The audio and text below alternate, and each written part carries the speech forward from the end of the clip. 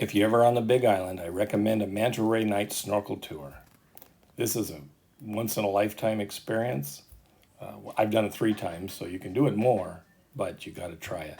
They take you over to Hapuna Bay, you hang onto ropes around the surfboards, they turn on the lights, and the manta rays come right up to feed on the plankton. Now, I've been told that on the Big Island, manta rays have been doing this for decades. And it kind of started here by the Westin Hotel. They had a light, and the manta rays would come in and they'd feed. And so it's kind of blossomed from there. There's other groups that go over by the airport and they put big lights down at the bottom and the manta rays come through. But it's a lot of people and I like small groups. So this was perfect for me. And they leave from Puako Pier. And so it's intimate group, small group, and the manta rays are fantastic. These have anywhere from 6 to 12 foot wingspans. They actually know the individual manta rays from the spots that are on the bottom of them.